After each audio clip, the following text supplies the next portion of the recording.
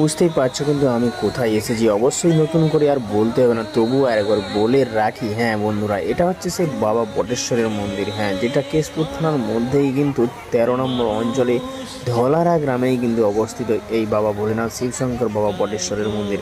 সেখানেই কিন্তু আজকে এসেছি। সবাই মিলে বসে বসে একসাথে হর হর মহাদেব বাবা ভোলেনাথ কি।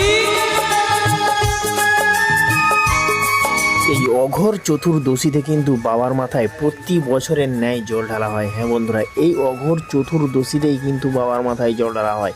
বহু দূর দূরান্ত থেকে কিন্তু বাবার ভক্তরা জল তুলে নিয়ে এসে বাবার মাথায় জল ঢালে।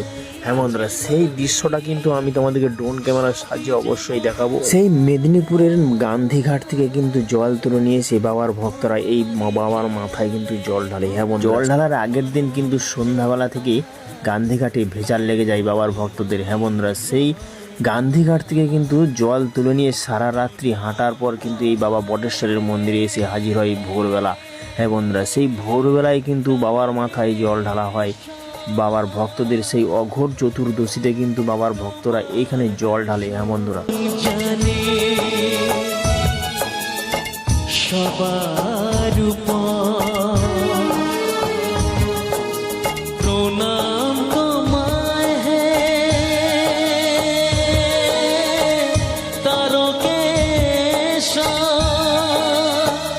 আর এই অঘোর চতুর্দশীতে কিন্তু জল ঢালা উপলক্ষে এখন চলবে মিনিমাম 2-3 দিন পুরো অনুষ্ঠান সমেত মেলা চলবে। হ্যাঁ বন্ধুরা, তো এই পাশে দেখতেই পাচ্ছ কিন্তু মেলা বসে গিয়েছে, চারিদিকে শুধু দোকান আর দোকান। আর বন্ধুরা, এই মেলার সব থেকে বৈশিষ্ট্য বন্ধুরা দেখো, মেলায় ঢুকতে গেলে কিন্তু জুতো খুলে ঢুকতে হবে। হ্যাঁ বন্ধুরা, এই একটি মেলার প্রধান বৈশিষ্ট্য বন্ধুরা দেখো, এতই কাদায় ভর্তি কিন্তু খালি পা ছাড়া কিন্তু যেতে পারবে না, রে ঢোপাস পড়ে কাছাড় খাবে। অবশ্যই এই বছরে কিন্তু প্রচুর বৃষ্টি হওয়ার কারণেই এই অবস্থা। হ্যাঁ বন্ধুরা, বিপদে আপদে তাই তলে তলে তোমার চরণ ছুতে মানুষ চলে।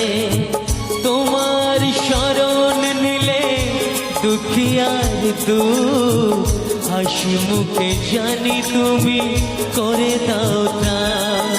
তো বন্ধুরা, আগের বছরের তুলনায় কিন্তু এই বছরের ভেজালটা কিন্তু অনেকটাই বেশি। হ্যাঁ বন্ধুরা, সেটাই আমি তোমাদেরকে ড্রোন ক্যামেরার সাহায্যে অবশ্যই দেখাচ্ছি। দেখো লম্বা লাইনটা।